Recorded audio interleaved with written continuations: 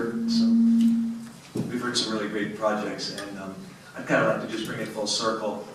We don't have a lot of time, and so I'd just like to say that, as you heard, I'm a person that studied exercise too in the early 80s, and I kind of got away from exercise because I had an opportunity to go to work for the U.S. Access Board. And just briefly, the Access Board is the federal agency that writes the minimum requirements for several different civil rights laws. It allows people with disabilities to participate in society. I've had the fortune to work on recreation facilities and outdoor developed areas over the last 15 years, promoting access to people with disabilities, all kinds of disabilities, to get out into the environment and participate in recreation and in outdoor developed areas.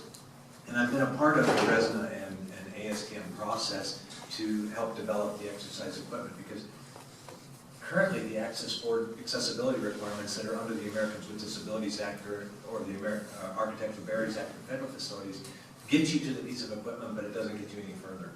And for so many people with disabilities, understanding the opportunity to be able to use things or where to find those resources and have an opportunity to be able to actually physically exercise with that equipment is just a huge step.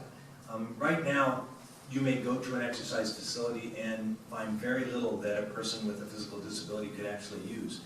Understanding what's available, I think about their program, and 15 years ago, we were working on an access to Washington, D.C. so that travelers that came to Washington, D.C. would have some opportunity to understand maybe where to go eat or where to go to a hotel, but to think about the opportunities to be able to travel to communities and understand where there's exercise opportunities or classes available.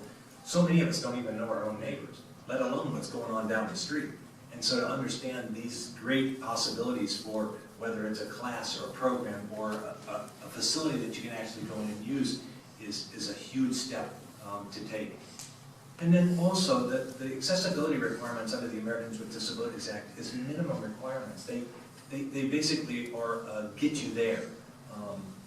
They're minimum requirements, and to think about the opportunity to have a facility that you know is accessible or has equipment that you know is accessible will be just a great thing for a lot of people.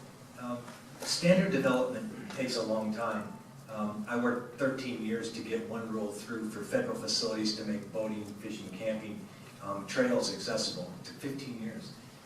It's a long, hard process, and you don't see the end of the light very often until finally these things come through. But how helpful they are, and as Peter was talking about, how generations to come will have these to rely on. And so exercise equipment and the ability to understand what the minimum requirements for some of these pieces of equipment are will enable an individual to understand if they can actually come and use the facility. There's litigation right now all around the country for large fitness facilities on lack of access to people with disabilities.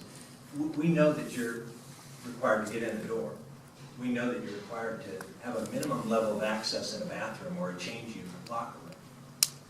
There's no minimum requirement at this time for exercise equipment. And so these standards, hopefully, as the Access Board proceeds with our rulemaking, and then adopted by the Department of Justice, these voluntary standards are what the Access Board and what standard setting agencies look for in order to establish those minimum criteria. And I think it's only a matter of time before we see the agency that I work for and the Department of Justice work towards making more equipment accessible. The Access Board is currently working on diagnostic medical equipment, and the lack of access on diagnostic medical equipment and your simple services to get medical treatment. Take that a step further to exercise equipment. I think it's only a matter of time, and the Access Board has a mandate to incorporate these voluntary standards and use them wherever possible. And so I can see how this is going to actually speed up that process of standard setting to already have something in place that you have a manufacturer's already purchasing and constructing and people using and a support group to facilitate that, whether it's facilities or trainers or whatever. I've been in a wheelchair for over 30 years, and what I learned early on is if I wanted to exercise, I had to have my own equipment. I had to have my house set up to where I could exercise, and that's the process that I've currently done. for a lot of years. I make sure that I can keep myself physically fit by having the equipment that I need. But as we heard in some of these other things, the social dynamic of being able to do that as a group or as a team or as with your family, your children, your spouse, to be able to travel that I know I have a pool with because I love to swim. And so I see these standards being developed as a model too that will eventually, people are going to be looking for the facilities that they want to go use with these icons or with these possibilities that I can use aerobic fitness or I can use strength equipment. And the mapping system is going to give you that idea of where to find this equipment, and then the standards are going to get you to the actual use of that equipment. And so I feel very fortunate to hear all of your presentations today, but really these are going to facilitate access, I think, by the individual to get out into their community and find the accessible equipment that you need to live a healthy lifestyle.